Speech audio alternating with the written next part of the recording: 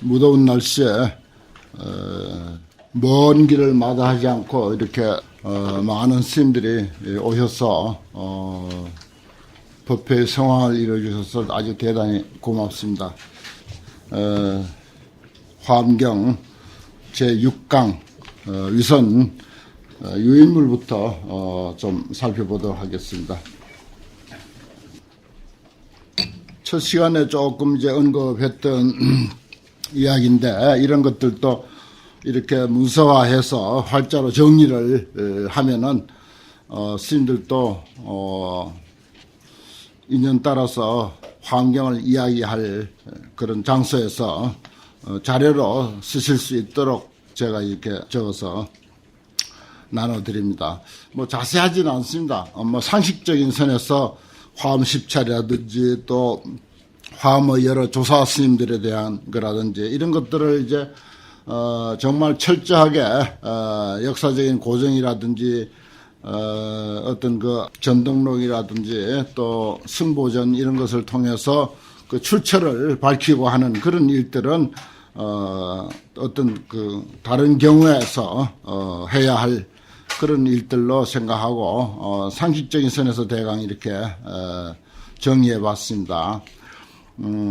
우리나라 불교가 들어온 지는 뭐 1700년 정도 됐습니다만은 제대로 사상적으로 중요한 경전이 다 우리나라에 들어와서 제대로 된 사상으로 한국 불교를 정립하는 시기는 그래도 이제 의상 스님께서 중국에 가서 화엄경을 공부해 와가지고 우리나라에 널리 전파한 데서부터 비로소 제대로 그 한국 불교의 정체성을 수립하게 되었다. 이렇게 이제 볼 수가 있습니다. 그래서 의상 스님과 10대 제자에 의해서 전국에 설립된 것이 그때 이제 소위 화엄 10찰 그렇게 하는데 이 화엄 10찰에 대해서 그 기재된 곳이 삼국유사도 있고 또 그 최고원 선생의 그 전기 주 협주라고 하는데 거기에 보면 또 화엄 10찰이라는 게 있고 또 현장 법사 전기 같은 데서도 또 나오고 그래서 명칭이 조금씩 다릅니다. 다른데 우선 여기에 이제 올라져 있는 것으로는 중학공산 미리사라고 하는 이 신라 때 표기된 사찰들입니다. 남학 화엄사, 부석사가 본사예요. 의상 스님께서 중국에서 화엄학을 공부해서 부석사에 먼저 짐을 내렸고 거기에 이제 10대 제자가 쭉 이제 이름이 나와 있지 않습니까?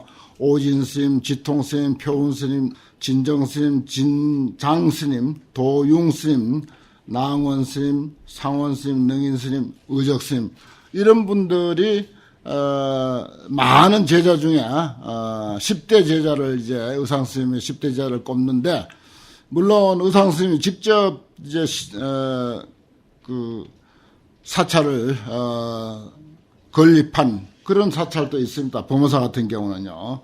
그런데 제자들이 가서 의상 스님의 이름을 빌어서 사찰을 세운 그런 경우도 많습니다. 뭐 의상 스님이 일일이 다 할 수는 없을 테니까. 그래서 이제 소개된 것이 이제 이런 10대 사찰인데 해인사와 보광사 했는데 보광사는 그 해인사 그 너머에 있었던 절인 것 같습니다. 그 다음에 뭐 보원사라든지 갑사라든지 범어사, 옥천사, 국신사 또 청담사 이러한 것이 이제 다른 기록에 나와 있는 10대 사찰인데 밑에 이제 덕유산 아니 영각사를 내가 기록해 놓은 것은 조선 말에 까지 거기에 이제 영각사에 화엄경 판각이 있었습니다. 우리나라에 그 옛날 목판본 화엄경이 몇 곳이 있는데 그 중에서도 영각사 판을 제일로 쳤어요. 지금은 경판은 다 타버리고 6.25 때 아마 그 영각사가 소전이 됐죠.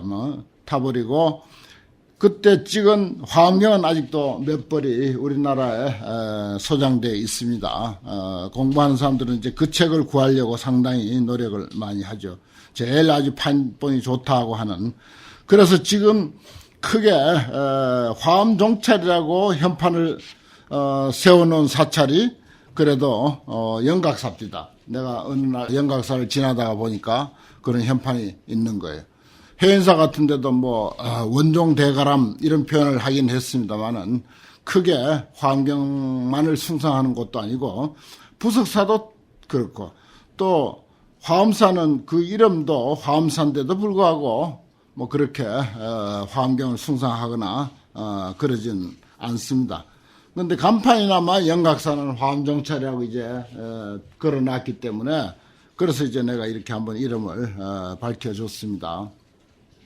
이런 것들도 우리가 화엄경을 공부하면서 상식적으로 알 필요가 있고, 그 다음에 이제 화엄조사라고 해서 5조설이 있고 7조설이 있고 10조설이 있고 고래로 이제 그렇습니다. 5조설은 이제 두순 스님, 지상, 현수법장 스님, 그 다음에 현수법장하고 사형사제로서 이제 의상 스님이죠. 지상 스님의 제자니까. 그 다음에 청량 진관 스님, 규봉 종밀 스님, 이렇게 이제 5조설이 있고, 그 다음에 7조설은 여기다가 이제 마명과 용수를 이제 합하면은 그래 7조가 되는 거죠. 5조에서 7조가 되고, 그 다음에 10조설은 문수, 보현, 마명, 용수, 세친 보살까지 거기다 이제 더해서 10조설로 앞의 5조와 합해서 이제 10조설로 그렇게 이제 칩니다. 그 다음에 이제 한국에 조사해가지고, 의상 스님의 법성계와 법성도가 우리 염화실 이 책에 이렇게 늘 이제 나와 있지 않습니까? 이것이 이제 정말 우리나라의 화엄 사상을 뿌리 내릴 수 있는 가장 아주 최초이면서, 근거가 되는 것이고, 또 이, 화엄 법성도 내지 법성계는, 중국의 어떤 조사 스님들도, 이렇게 화엄 사상을 정의할 수 없을 정도로 아주 빼어난 그런 화엄 사상을 정의한 내용이다라고 칭찬을 받습니다. 의상 스님은 정말 단순하게 이 법성도 이 하나만 가지고 지금까지 그렇게 이제 화엄학자로서 수상을 받습니다.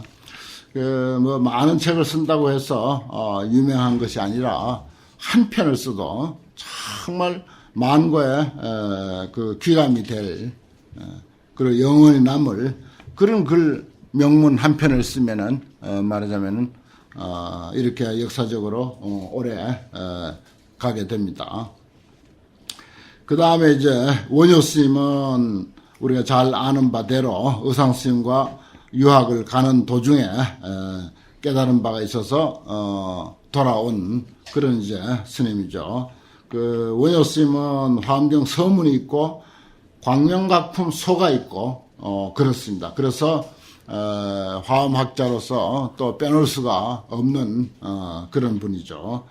그 다음에 심상 스님은 일본의 화엄경을 전한 스님이고, 또 행기 스님, 양변 스님은 일본의 화엄 총본산인 동대사와 또 비로자나 대부를 건립하는데 큰 역할을 했다고 그렇게 일본 역사에도 기록이 있는 그런 분입니다. 그 다음에 이제 고려 때 균여 스님은 보현 10원가를 지어가지고 우리 문학사에 아주 큰 말하자면은 업적을 남긴 그런 분이죠. 향가로서 물론 신라 향가를 치지만은 신라 직후기 때문에 보현 10원가도 그 향가를 이야기할 때 꼭 이제 빼놓지 않고 이야기를 할 정도입니다. 그래서 이제 균여 스님은 참 우리 문학사에 공헌이 크신 분이죠. 그 다음에 우리가 보조국사 하는데 이 스님은 선사이기도 하려니와 사실은 일본 사람들은 보조 스님을 선사라고 하지 않고 화엄학자라고 그래요. 왜냐? 선에 대한 저술도 물론 있습니다만은 화엄론, 절요, 3권이 있습니다. 이건 이제 통연장자 화엄 합론을 축약을 한 것인데 참 아주 뛰어납니다. 이것이 있고 그 다음에 이제 원돈 성불론이 있어서 그래서 이제 보조 스님도 한국의 화엄 조사로 이렇게 칠 수 있을 그런 그 근거가 있기 때문에 이렇게 간단하게 그냥 했습니다. 이런 그 역사적인 것을 가지고 제대로 세밀하게 이야기하려면 이것만 가지고 또 이야기를 해야 하기 때문에 그냥 상식선에서 이 정도로 정리를 했습니다.